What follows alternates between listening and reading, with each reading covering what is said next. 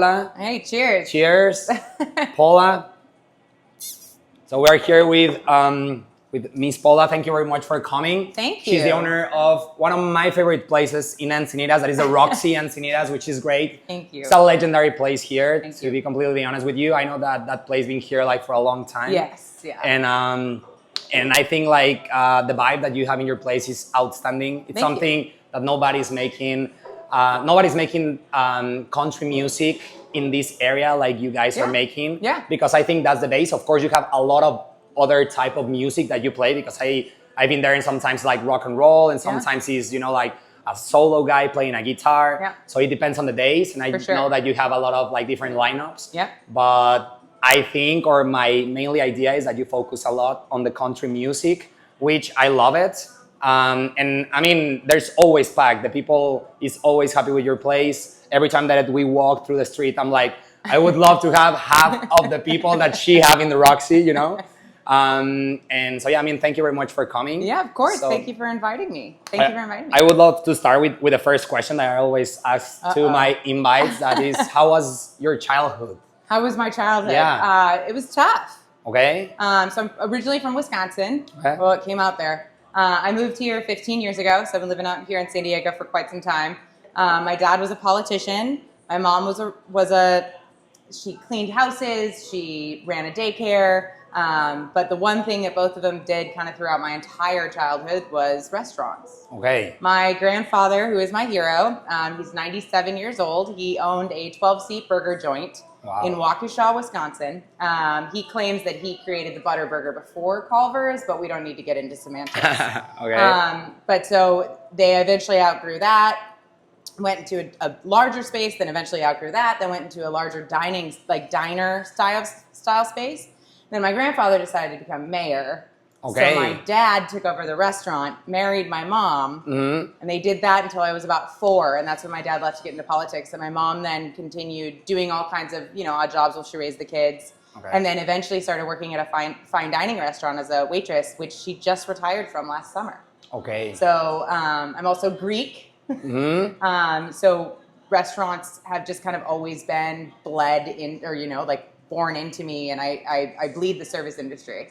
So how was my childhood? It was rough. It was Wisconsin. Okay. It was Wisconsin. It was hot and humid in the summer. It was cold in the winter. I had a dad who was a politician, so I had to be, you know, as long as everybody didn't know the truth, I had to be good. I had to be well behaved. Of course. and when does like your dream to start like in the industry, in the bars, in the restaurant industry, like when was the time that you said like I want to do this for the rest of my life, or that you were like? Honestly, it never was. Okay. It never was. I've been in the industry since I was 14. I worked my way from hostess to busser. I worked in the kitchen for a while, bar manager, bartender.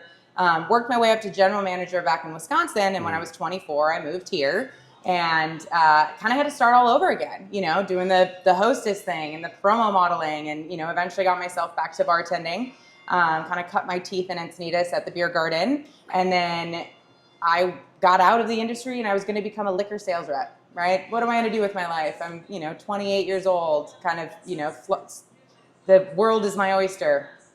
And the two guys that owned the Roxy since 1978 actually approached me and asked me if I'd like to buy their place. And I looked at them and I laughed because I was a bartender. I didn't have any money to do that kind of thing. Wow. But they wanted to make it work, and so we did, you know, with loans and carries and all kinds of stuff. But it was never a dream. So it just sort of... It was like meant to be. Yeah, kismet. But when they approach you and they offer you like, hey, would you like to buy the Roxy, was because you already knew them before? They had seen me working at Beer Garden. They had seen, you know, kind of what I did. They had, you know, I think if you asked them, it was my tenacity that they kind of really enjoyed. And they thought that I could take what was the Roxy then and breathe new life into it while still maintaining that wholesome small town locals vibe.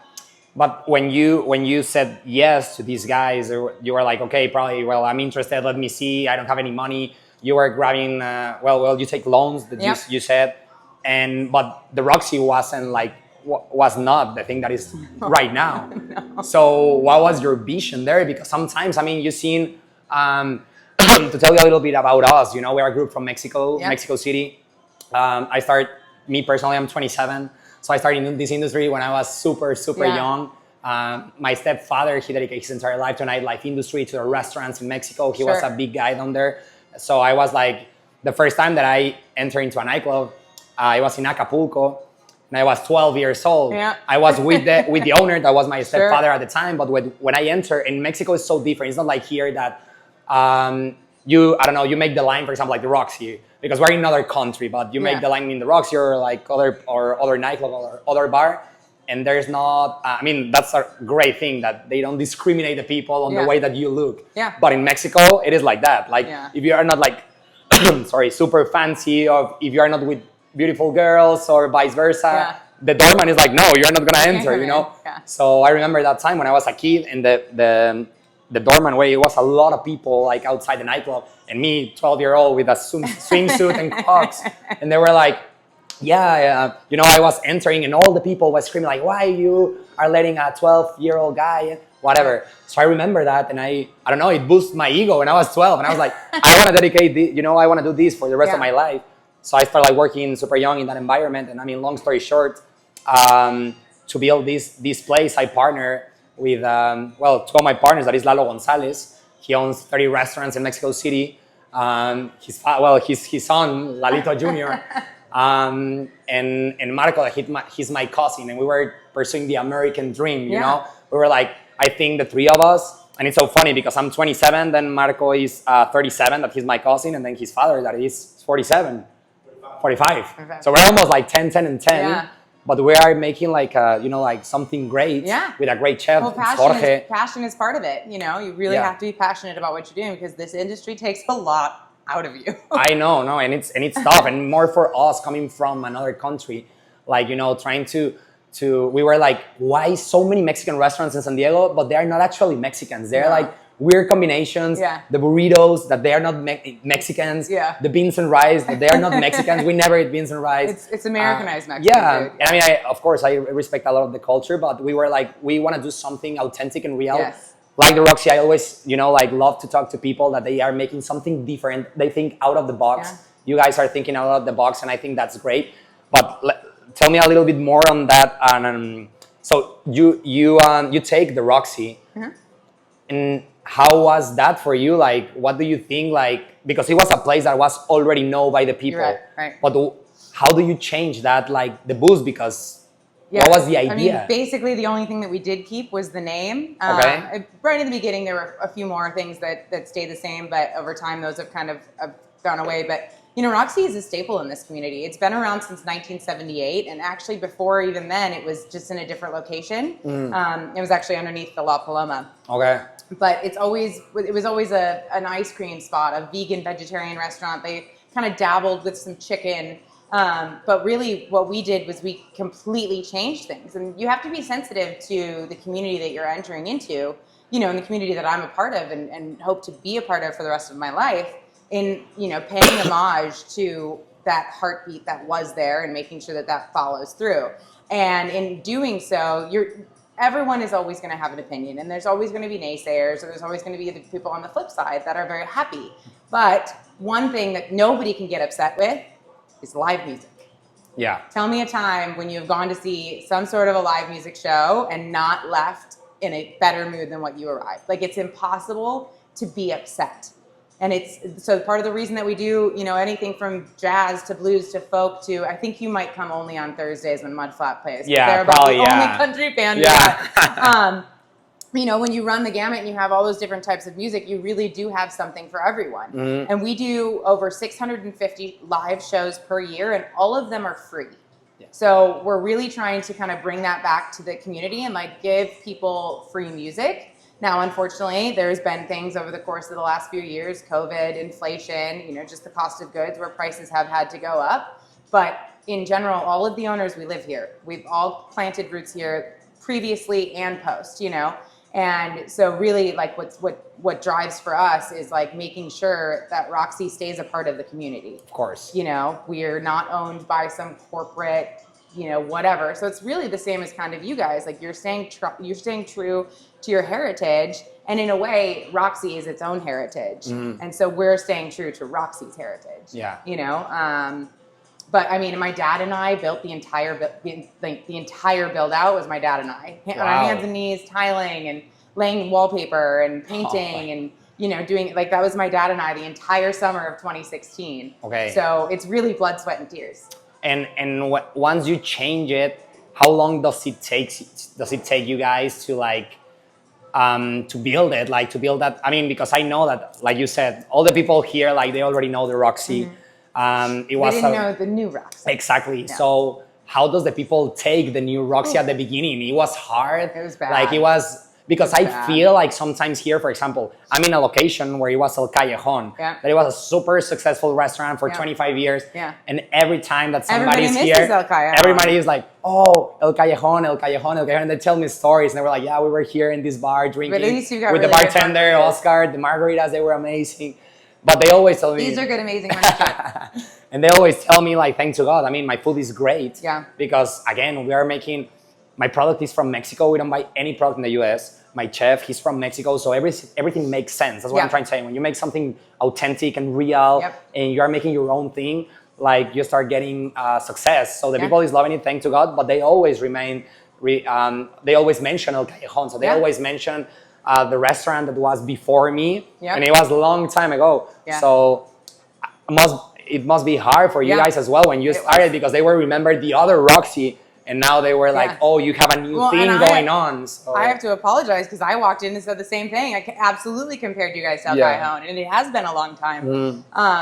And so I understand that struggle completely. Like, not struggle, but like, it's almost like an internal battle of you just want people to see what you are and stop comparing you to everything that's old. It took a solid year and a half before we stopped, before the tides turned, where more people were coming in excited about the new and less people upset about the changes. And even to this day, almost 9 years later, we are still getting people that come in and say, why don't you have the avocado taco anymore? Still.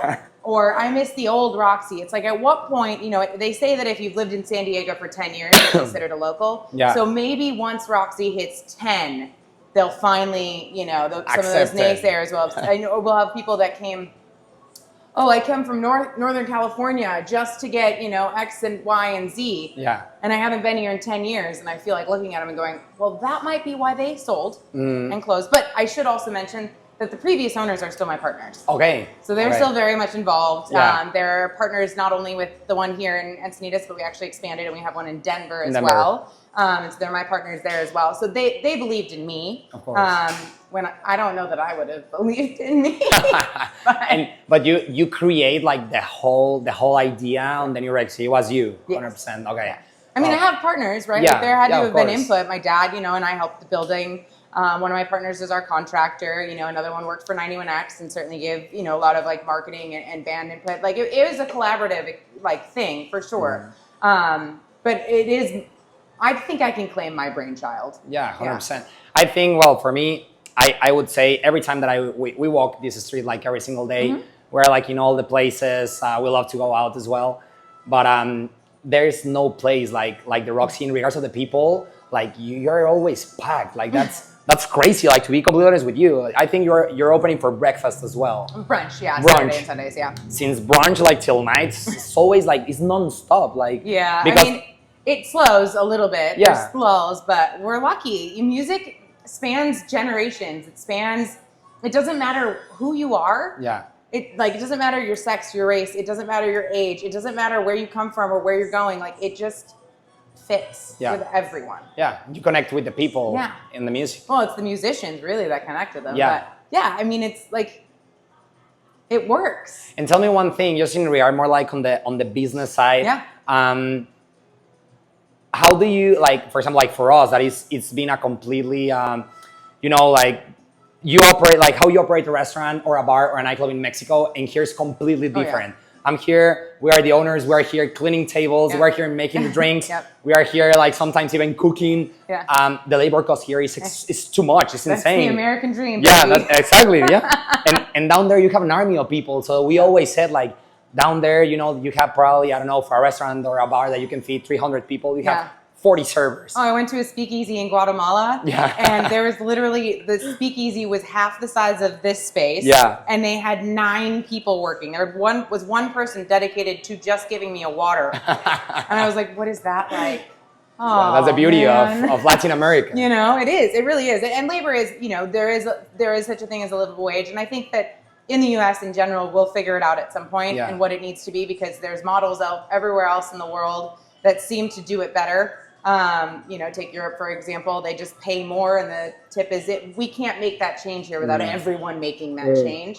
So I think they'll figure it out at some point. But yeah, restaurant work is hard work. It's hard. We work our butts off. Yeah, 100%. And we don't make much money. No. We make very little money. Yeah, that's right. Usually the most money we make is if we're taking tips from a table. Yeah, you know? that's right. Yeah.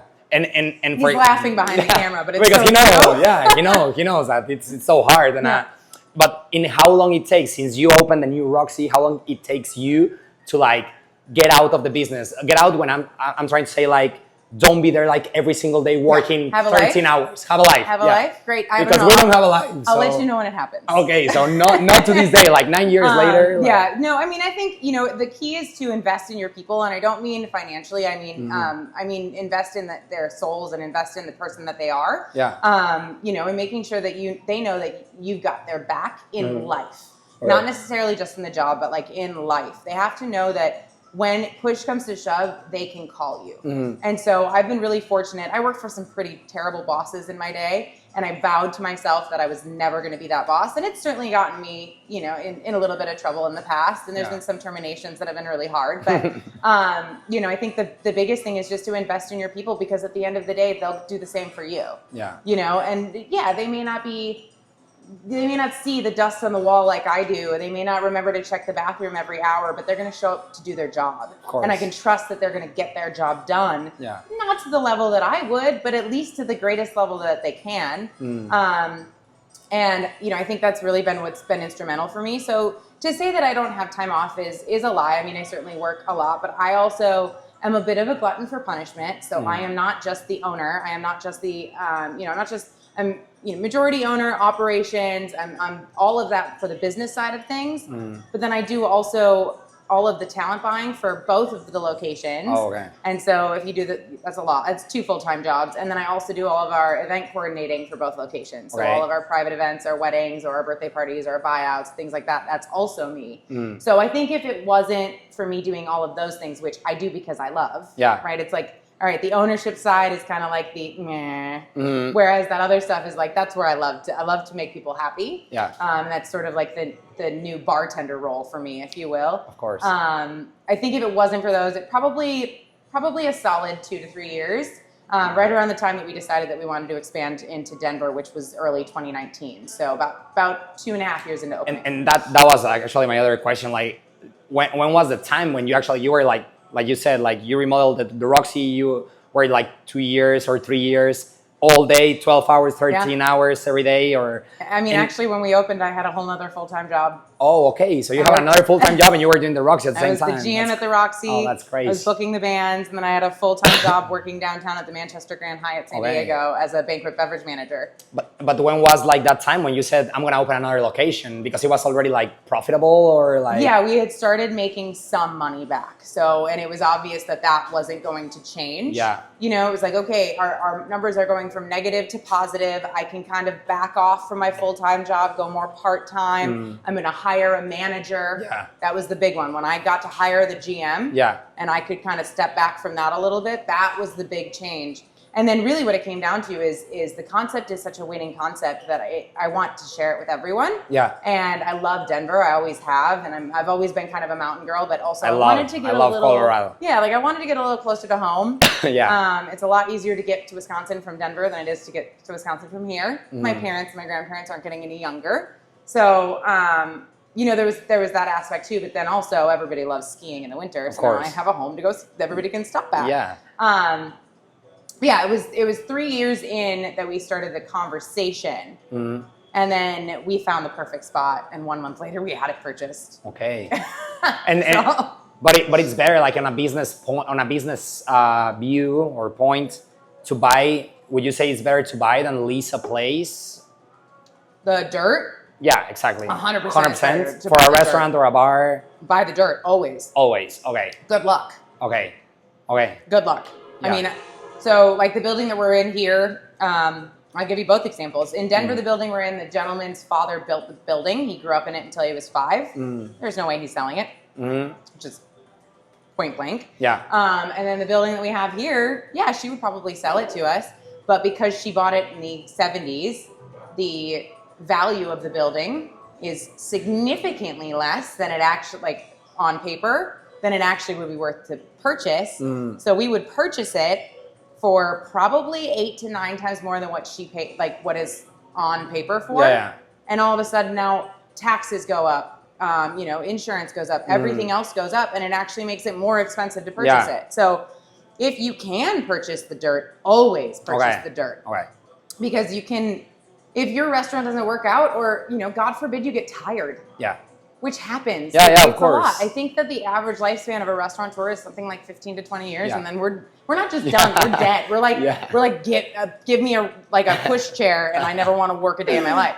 But I think if you have the dirt, you can take that restaurant and you can rent that out then to other restaurateurs, and you can be a good landlord, unlike most of us have ever witnessed. No, and like you said, because it's horrible, because you work like 10, 15, 20 years, and then you work like crazy. Like you said, we see like a little money, and then that's it. You run out of business because it's not like the hot spot anymore, or the people they open another location or another place, and everybody I don't know. I feel here you're like, I have to remodel, so there goes all that little bit of money that I made back into a remodel, But I feel here, like in the area that we are here in Encinitas, I feel the people is like super loyal to the places. Like they can be in that same place with the same drink for 20 years, for 25 years, and you always see the same people, I mean, I could name more spots on the street that have been open for 5 years than that have opened within the last year. Yeah. You know what I mean? Yeah, of course. And there's something to be said about that. Encinitas is a really great town. The heart of this community it beats so strong. Yeah. Like, and from Cardiff all the way up to Lucadia, it doesn't matter. Like, we're all technically a part of Encinitas, but the people here are great. Yeah. And somehow they don't get sick of the same food and the same drinks over and over again, because I feel like I would, but I also don't get sick of it. I go to Besto on every single Sunday, you know, like, and it's the same. I get the exact same thing. We're creatures of habit. But no, this town is really great. And, like what you guys have here is pretty special. Like just sitting in here, and obviously like you were cleaning and the lights are on, but like it feels good in here. Yeah. Like it feels good. It feels good. Like, we were doing like, like the place that was before, or when we saw the place, we were like, we need to put more light, this vibe that we have, this energy. We are younger as well, so we were like, we need to do like it's just fresh. something authentic, exactly, something fresh.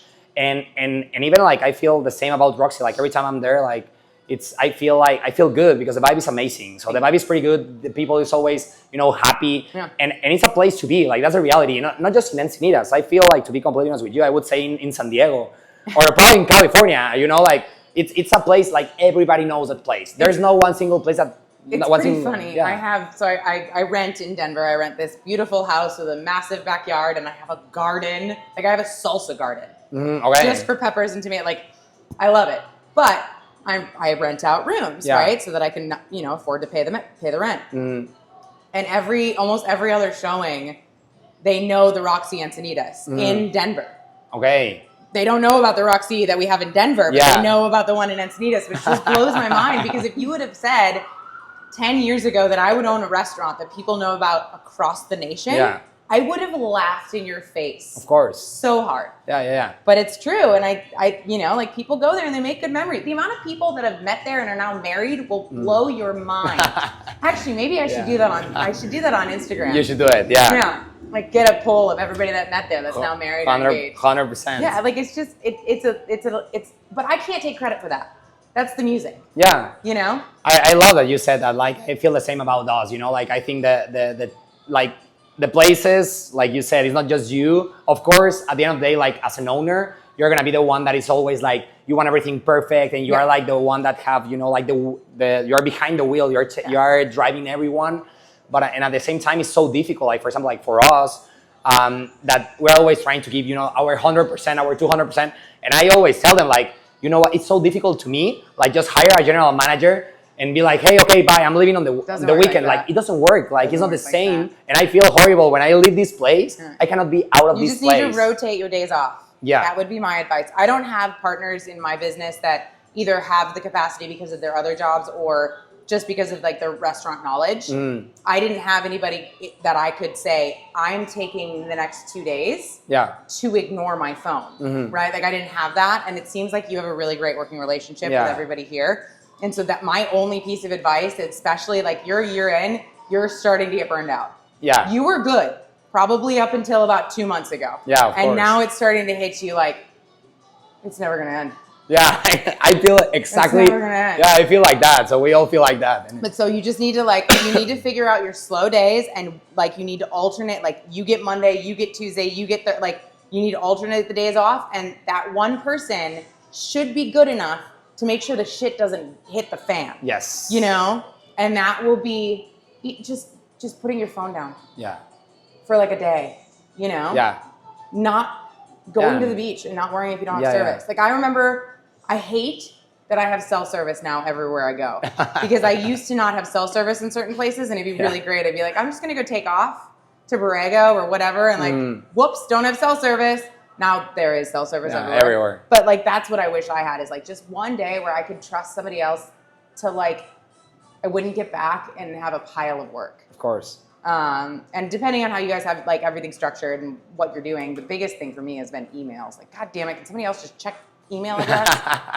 No, I think, for example, like when we are here, like we're here like working every single day. We work 12, 13 hours. We've been like this for a year, like non-stop for a year. No, like we have one day off that is Monday because we close on Mondays, and even on Mondays. But you're not off. Yeah, you're not off. You're never off. You need to be like all the time, like go and go and go and go.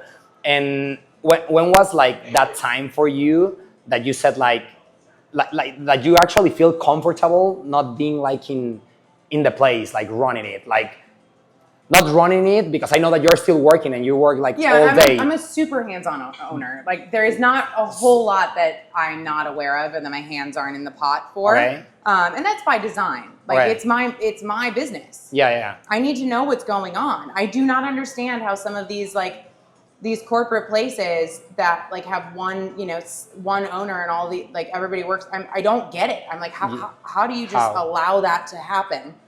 I have my hands in everything. My hands in the baking. I have my hands in the schedule. I have my hands in like everything. So you're still managing everything. Always. But I think and again, I'll go back to like when we decided to expand. That's when I really decided that like it wasn't so much that I could trust my staff before that. Yeah. It wasn't. It was I had to trust myself to trust them. If that makes sense. Yeah. Like it's just as much of a like they want to take it off your hands as you going. Okay. Yeah. Like okay, my hands are going up, yeah. and then if things happen, you fix them and you teach, and like teachable moments is something that I always use that phrase, but you kind of have to let things fall a little bit so you can pick them back up. And as far as when that's going to be something that you feel like you can do, I can't answer that. But this is what I will say.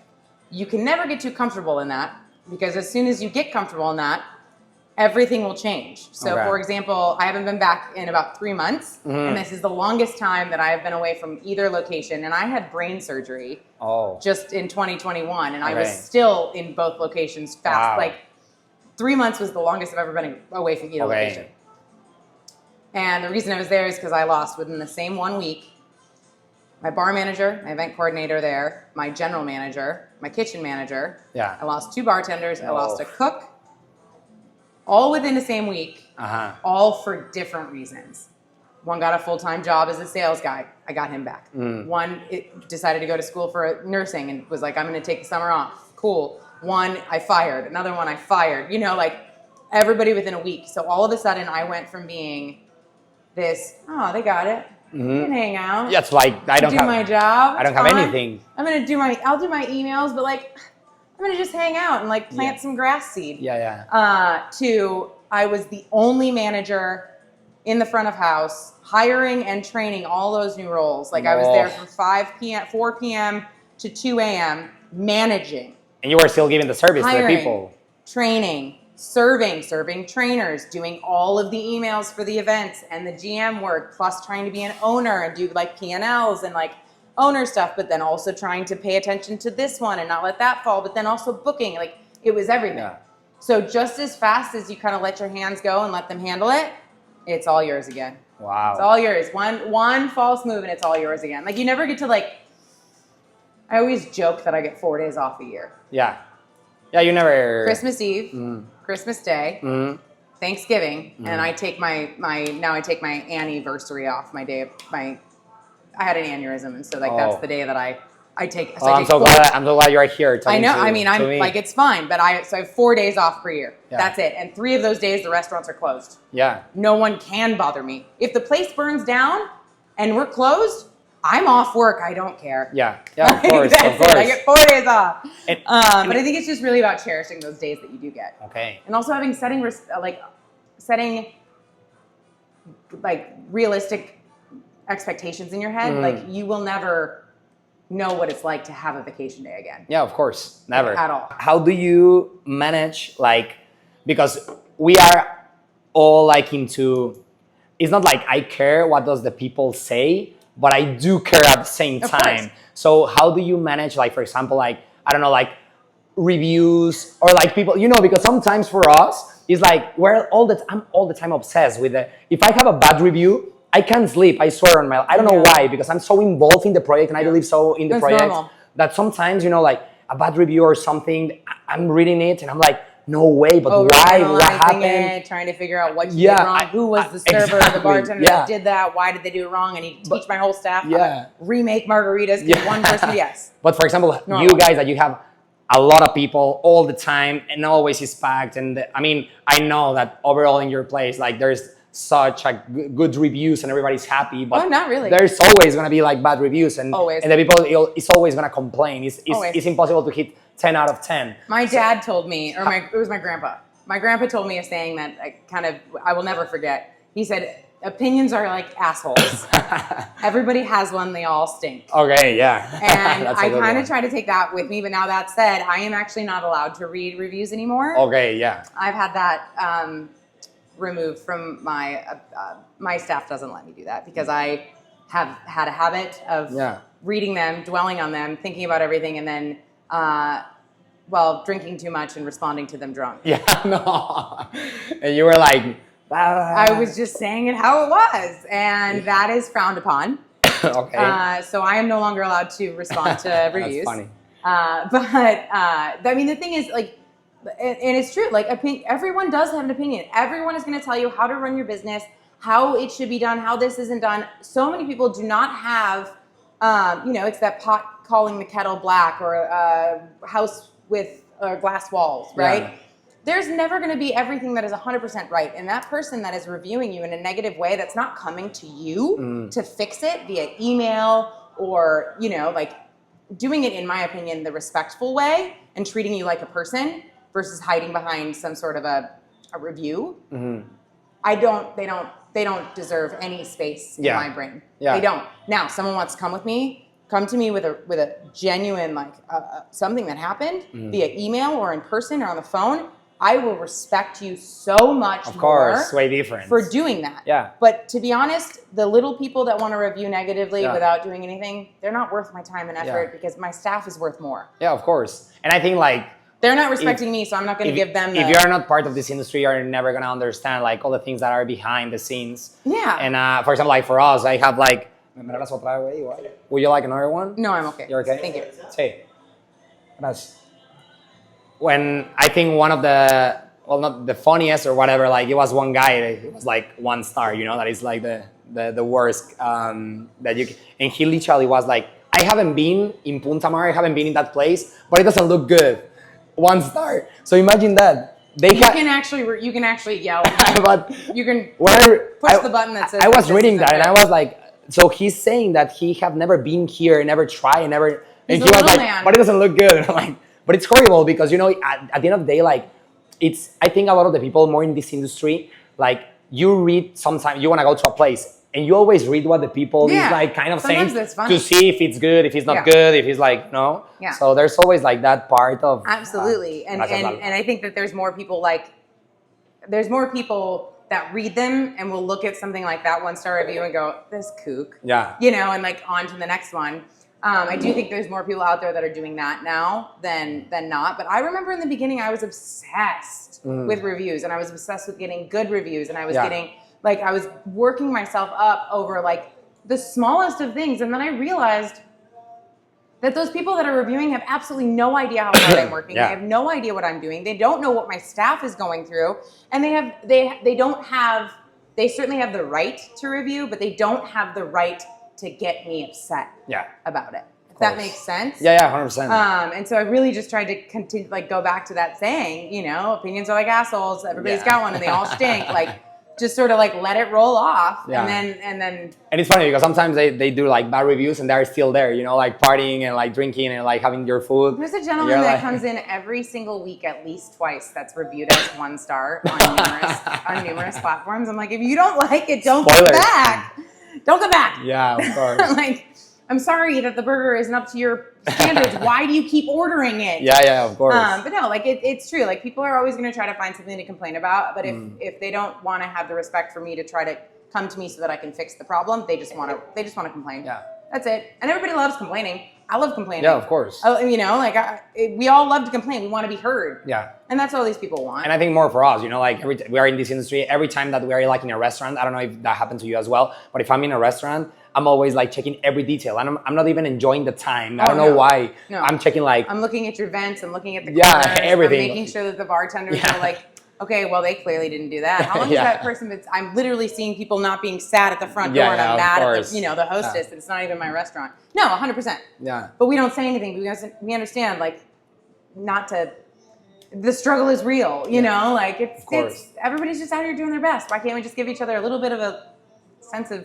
You know, and tell me what would be your best advice for somebody that wants to open the typical question that wants to open a restaurant or a bar? What would you say to like the people that is like, yeah, I want to open a restaurant, I want to open a cafe, you know, like don't do it. Don't do it. I think the same way. Don't do it. But if you want to do it, I do consulting. Okay. No, I'm kidding.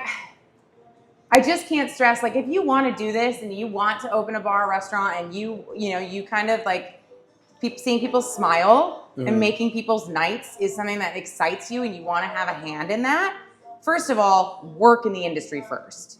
Do not try to own a bar or restaurant without having any restaurant experience. Get a job as a bar back, work your way up to bartender, get a job as a server or a hostess. Like, you need to understand how this works front to back in order to be successful. And also, you need to be able to step in and do that job when that hostess calls out sick, when that server has to leave early because they got bit by a dog. Like, whatever it is, you need to know what you're doing. That's A. B, I would probably advise folks to start small. And when I say start small, I mean like a food truck or like a bar cart and doing like off-site catering with that, because that is going to be a lot less of an investment with a lot more potential reward, but also just like real life experience into like how much it actually takes. The average profit margin for a restaurant, like a full service restaurant bar, is 10%. Yeah. So if you do the math on that, you are not going to make a lot of money. You need to really make sure that you like what you're doing. And I think the best way to do that is, you can rent food trucks. If you're into the cooking thing, you can go and you can have a food truck, or you can get a hot dog stand and go through the licensing process. Of course. And deal with because that's a whole nother aspect. And getting your sale, like all of that stuff that you're getting, you'll be able to use anyway. But like going to the health department and submitting for plans and then getting your plans back. Like those are some things that I had no idea how much of a pain in the ass. Of course, yeah. They are. Yeah. But then same thing, like if you do like a mobile beer cart or bar cart, you can go to weddings and like you've got the best there because you're just serving to happy people. Yeah. You're not serving to the people that are upset about things, but and like go through the same thing with that. Get your liquor license, like do all of that stuff because you're really going to kind of get to see the aspect of ownership of something like this, but then also the aspect of the work to owning something like this, if that makes sense. Yeah, of course. That would be my advice, aside from don't do it. But, and then also it's always funny because when I was younger, I was like, you never want to have partners. You always want to do it for yourself. You never want to have partners because if you have a bad partner, it's all going to end up poorly, and I've had bad partners. Yeah. You know, I have had bad partners that are now very good partners. Okay. You know, but it is true. Like whenever you go into business with someone else, you got to know that you're going to like them. But how do you handle that? For example, if you have like a partner that you said something like, please trust me or believe me, and the other part is like, I don't think it's going to work. I don't think, you know, like. I proved him wrong. Yeah, I mean, I'm the same way. I'm like, I know that even that they, you know, like, because I have partners and sometimes like, I don't think that's going to work. I do it anyway. No, because I believe in... In general, I just prove everybody wrong. Like, if you tell me it's not going to work, that just gives me more motivation to show you that it is going to work. But no, I mean, if you have partners, like you have to... A partner is just that, right? Just like in a romantic relationship. Like, it's about compromise, and it's about listening to the other person's, you know, side and perspective. And I'm not always the best at that. But it's about, you know, both people or all, you know, 10 people coming up with a solution that will make everybody equally as unhappy, right? That's what a compromise is. Like, nobody's leaving happy. We're all equally unhappy. But my other advice would be not to do it alone and to get a partner. Preferably not someone that's family, because there will be multiple arguments, you know, and like if it is family, not like a brother or sister, not a husband or a wife, but like, you know, some kind of down the way. But get a partner, because you're going to need to have someone that you can lean on. You're going to get a cold in the middle of opening and need someone there. Like you cannot do it alone. And I don't think you should want to. Yeah. Even though having a partner is sometimes awful and brutal, and I get along great with all of my partners now, but it wasn't always that way. It was awful, you know, for a while. But it's just better to have somebody that's almost, this is terrible, like, they're forced to be in your corner. Like nowadays, if you don't like your husband, or wife, you can get a divorce. But if you have a partner, it's a whole lot worse to get out of. So like, no matter what, you're forced to have somebody on your side. At least on the business's side. But yeah, so my other advice would be like, get a partner of some kind and know what you're getting yourself in. How do you manage like failure, and if that ever happened to you in the past? Well, not well. I don't handle it well. But no, so it's interesting that I give off that sort of, our first year here was really bad. We racked up over $100,000 worth of debt just on my credit cards alone. We were literally bouncing money from partner to partner. Like, I need $5,000 to pay payroll this week. I need $10,000 this week. I'll give this back to you on Monday after we have the weekend. I mean, it was really touch and go. We had to take out a second loan just for a little bit more capital to kind of help us get along. And then something switched, and then everything was fine. But it was far from easy. And then, similar to you, in Denver, we opened 4 months before shutdown.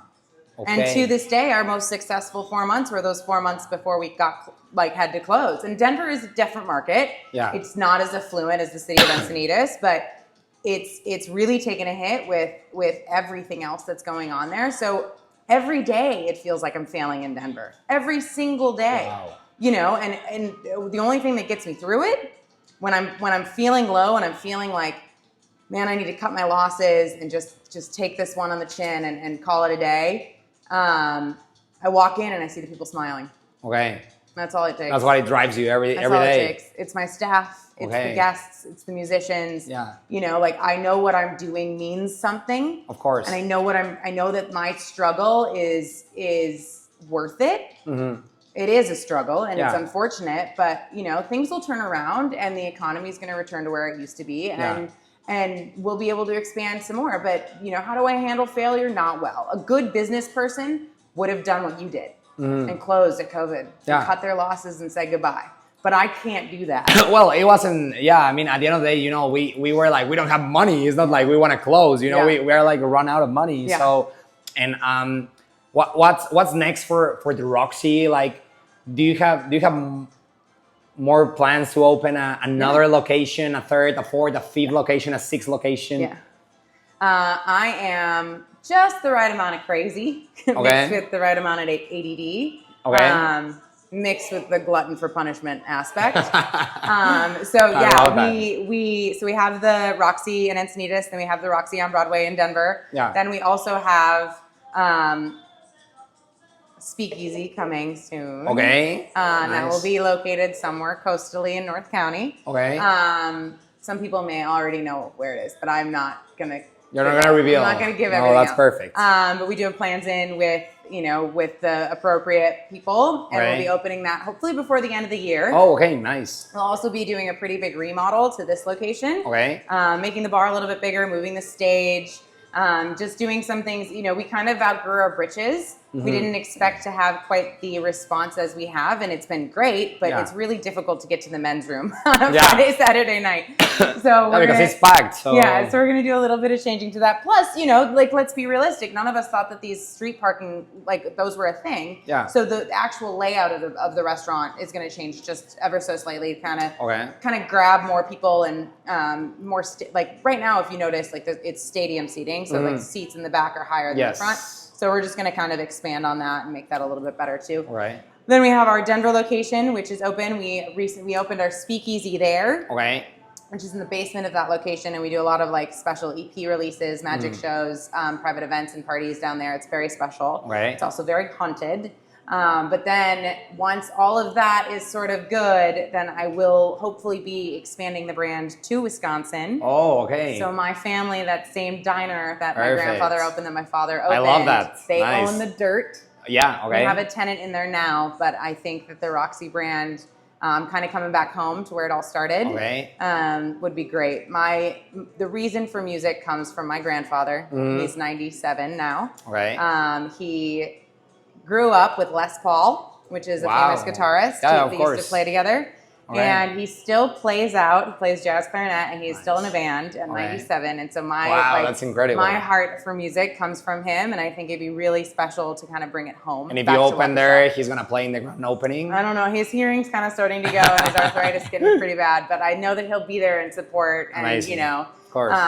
But I do have dreams of opening it there once our tenant's lease is up. Yeah. And it also would get me closer to family. Yeah. Which I think as I get older is really important. I think I mean, I know that probably is never gonna happen, but I think in Mexico City your concept would be a hit. Oh yeah. Just letting you know. Yeah, I get Portland, Austin. I've gotten Mexico City. Yeah. I've gotten Seattle. Of course. I mean, ideally, I would love to be able to franchise it and have it all over the country. But the thing I think that makes the Roxy so special is that we are integrated into the community. Of course. And it's really difficult for me to be integrated in all those communities. No, yeah. and I can tell, I mean, like you said, because I feel as well, like we've been here for a year already. And like every single week, every single weekend, like we have more and more and more and more people, and even you can read actually their reviews. Yeah. That the people love it. I did. They are loving this place. They love it.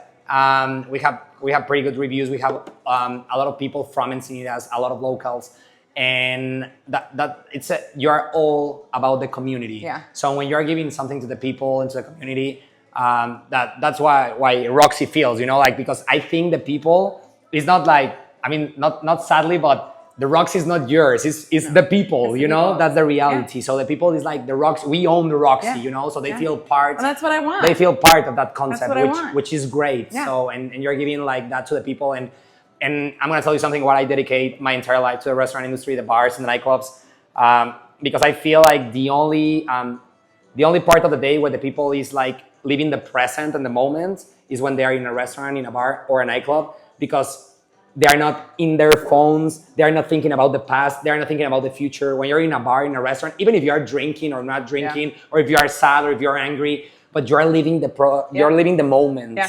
So that's why I dedicate. Your worries at the other place. That's why I dedicate my entire life to this industry, because it's the only you give that little moment to the people where it's like they're gonna forget about everything and they're just gonna live the moment and enjoy the present. Couldn't agree more. So that's what I do this. And, absolutely. And I'm pretty sure that you're like the same as me, that we're not doing this because of the money. Because we know that it's not. You mean the debt? Yeah. Oh, yeah. No, yeah. The debt. Yeah. No, I think what you guys have here is really special. Like, it is true that El Callejon was a force, of course. And no one wanted them to leave, and they didn't want to leave, which kind of made the whole thing put a sour taste in everyone's mouth. But at the end of the day, that's not your fault. Of course. It's not even the guys from El Callejon's fault. Yeah, no. Right? It's the landlord's fault. But of course. I think what you have is special here, and I actually think you guys are going to be successful because of what you're doing, because your concept, just because of the way you styled the place, because of it I think you're gonna be really, really happy with this, and I think the community is gonna get behind you too. Thank you very much. As soon as they give you a chance. Yeah, of course. Well, thank you very much, Yeah. Miss Paula, for being here, for your time. Thank you. And I mean, I hope like you can bring all your crew from the Roxy to eat here. Let's do it. Let's do I will it. invite you as well. Some ceviches and tuna tostadas. Yeah. Tell me what's your favorite Mexican food? Do you have any Mexican food? Am I allowed to say? Please don't say burritos Am I and allowed don't say to say beans and quesadilla? Quesadilla? Okay, I'll pass quesadilla. But I actually no. I'm gluten free. Okay. I'm allergic to wheat, so okay. Fortunately for me, I haven't actually been able to eat a lot of the shitty, the not good San Diego Mexican food. Right. I have a great grilled cauliflower that you need to try. You can eat that. And I can eat anything, and they have kits for that now. Okay, but perfect. my point is, like burritos and things like that. Like I haven't been able to eat them, so I've just not gotten used to them. Okay. But I love it's not like a type of food. It's not ceviche or it's not a certain specific type of food. Yeah. I love pulling off the side of the road and ordering a taco. Okay. Or being on the beach and having someone walk by with a cooler and it's a tamale. Of course. I just love the authenticness behind all Mexican food. Nice. It doesn't have to be fancy. I mean, I've been to some of the Michelin star restaurants in Baja and things like that, and that's great. Yeah. But I just love the authentic. Like street food, I guess, of course, if you will, of course. even though sometimes it's not the street, but like K38, right? That little taco stand that's just absolute trash. Yeah. But they have the best al pastor taco in my life. Because there's heart in it. Yeah. The quality of the food is not even probably that good, but you can tell that there's some real thought that goes into it. Okay, perfect. Goes into it. So. Well, amazing. I don't know if you wanna tell something about the Roxy, the hours, the social media for the Roxy. Everybody knows the Roxy, so everybody knows the Roxy. Everybody knows it, so so we're at the Roxy Encinitas on Instagram. We are relaunching our happy hour coming soon. Now that everybody has to return to work, right? We're gonna give you a better reason to come in for happy hour. Got some food specials that we're gonna launch pretty soon too, and it's pretty awesome. Drink specials, $5.50 for wells and drafts, and $2 off all of our cocktails and our house wine. Gets things pretty cost effective, and then that massive food special that's coming, and potentially a lunch special too. Right. I'll have to stay tuned.